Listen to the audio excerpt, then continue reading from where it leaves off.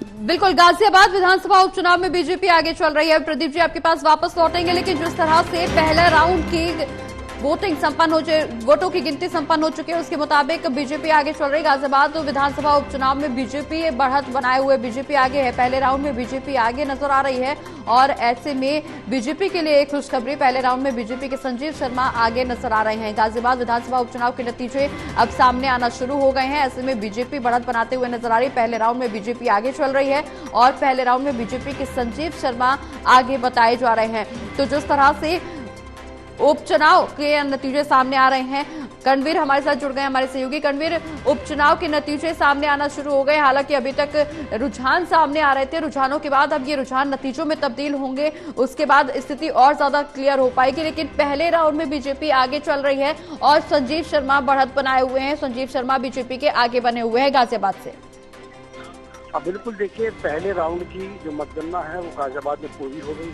पहले राउंड की मतगणना में बीजेपी के जो उम्मीदवार हैं संजीव शर्मा, उनको 3600 से ज्यादा वोट मिले हैं, जबकि जो समाजवादी पार्टी के उम्मीदवार हैं सिंगराज, दूसरे नंबर पर हैं, उन्हें 560 वोट मिली हैं। यानी कि जो अंतर है करीब 2500 वोटों का अंतर है। और ये अभी पहला राउंड है। गाजियाबाद में जो मतगणना के 25 राउंड होंगे और इसी तरह हर आधे घंटे बाद या 15 मिनट बाद मतगणना का नतीजा आता रहेगा हर राउंड का, और उसको अपडेट करते रहेंगे। पहले ही राउंड में बीजेपी ने बढ़त बनाई है, ये एक अच्छे संकेत है। और बीजेपी के जो उम्मीदवार हैं उनका भी यही कहना है कि वो अपनी जीत को लेकर के आश्वस्त हैं। हालांकि पुलिस प्रशासन पूरे शक्ति के साथ में यहाँ पर मौजूद है और हर बारीकी पर नजर रखे हुए हैं।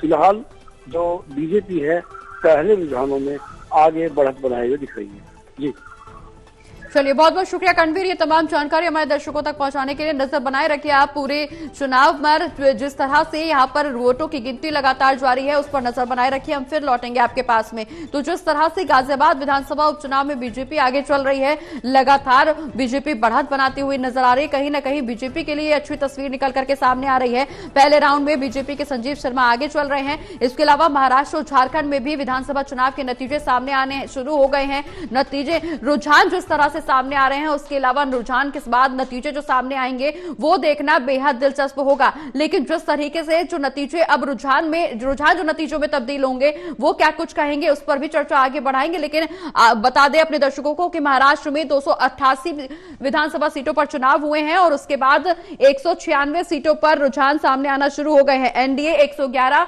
इंडिया गठबंधन 81 सीटों पर आगे चल रहा है। इसके अलावा अदर्स 4 पर आगे चलता हुआ नजर आ रहा है। इसके अलावा अगर हम झारखंड का जिक्र करें तो 81 में से 68 सीटों पर रुझान सामने आ चुके हैं, जिसमें से 34 एनडीए के पास, इंडिया गठबंधन के पास 33 सीटें जाती हुई नजर आ रही हैं, वहीं एक अदर्स के खाते में जाती हुई नजर आ रही है।